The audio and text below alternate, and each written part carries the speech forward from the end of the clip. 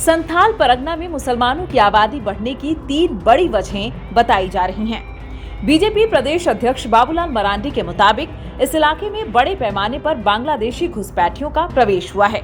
झारखंड का संथाल परगना बंगाल सीमा से लगा हुआ है और इसी के जरिए इन इलाकों में बांग्लादेशी आकर बस गए हैं। पूर्व सीएम चंपाई सोरेन ने विधानसभा में इसको लेकर एक बयान दिया था। उनके मुताबिक आदिवासियों की आबादी पूरे झारखंड में कम हुई है।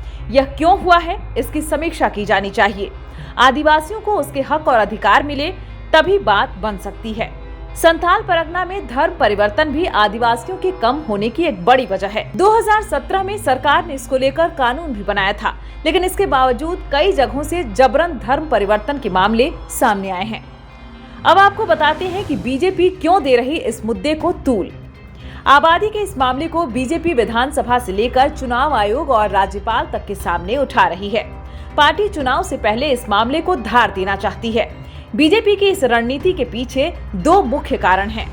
हेमंत का आदिवासी और मुसलमान गठजोड़ साल 2019 में लोकसभा चुनाव हारने के बाद हेमंत सोरेन ने आदिवासियों और मुसलमानों का एक गठजोड़ तैयार किया था। पहला, हेमंत का आदिवासी और मुसलमान गठजोड़। साल 2019 में लोकसभा चुनाव हारने के बाद हेमंत सोरेन ने आदिवासियों और मुसलमानों का एक गठजोड़ तैयार किया था। हेमंत ने इसी समीकरण को साधने के लिए कांग्रेस और आरजेडी से गठबंधन किया।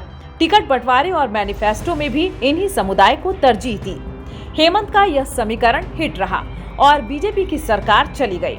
हालिया लोकसभा चुनाव में भी आदिवासी और मुसलमानों ने इंडिया गठबंधन का समर्थन किया, जिसके कारण आदिवासी बहुल सभी 5 सीटें बीजेपी हार गई। बीजेपी डेमोग्राफी का मुद्दा उठाकर इस समीकरण को झारखंड, खासकर संथाल परगना में तोड़ना चाहती है। संथाल परगना के 6 जिलों में विधानसभा की कुल 18 सीटें हैं। 2019 के चुनाव में इन 18 में से सिर्फ 4 सीटों पर बीजेपी को जीत मिली थी। दूसरा, झारखंड में आदिवासियों को लुभाने की कोशिश। झारखंड आदिवासी बहुल राज्य है।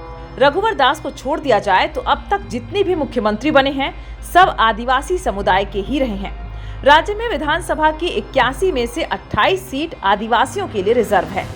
रिजर्व सीट को छोड़ भी दिया जाए तो करीब 30 सीटें ऐसी हैं जहां पर आदिवासी मतदाताओं का दबदबा है।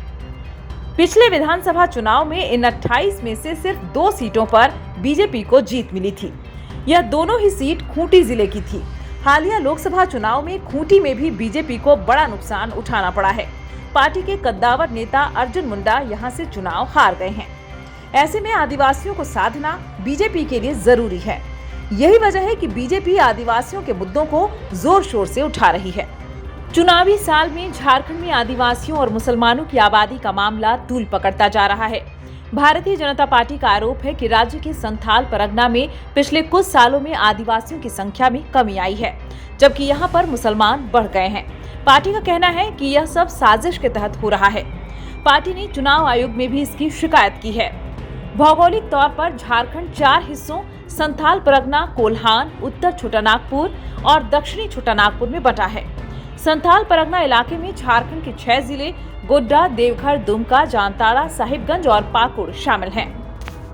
झारखंड बीजेपी के मुताबिक साल 1951 में जब पहली बार जनगणना कराई गई थी, उस वक्त संथाल परगना के जिलों में आदिवासियों की आबादी 44.67% थी।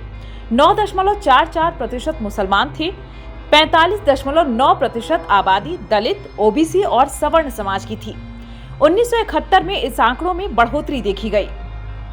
साल 1971 में आदिवासियों की संख्या में गिरावट हुई और इस साल संथाल परगना में आदिवासी 44.67 से 36.22% हो गए। मुसलमान 9.44 से बढ़कर 14.62% हो गए। 1981 के जनगणना में आदिवासियों की आबादी में मामूली बढ़त देखी गई। इस साल के जनगणना के मुताबिक यहाँ पर आदिवासियों की संख्या 36.80% थी। वहीं मुसलमानों की संख्या में करीब 2% की बढ़ोतरी हुई। साल 2011 के जनगणना के मुताबिक संथाल परगना में घटकर आदिवासी करीब 28% पर पहुंच गए। वहीं मुसलमानों की संख्या में जबरदस्त बढ़ोतरी देखी गई। मुसलमान यहां बढ़कर 22.73% पर पहुंच गए।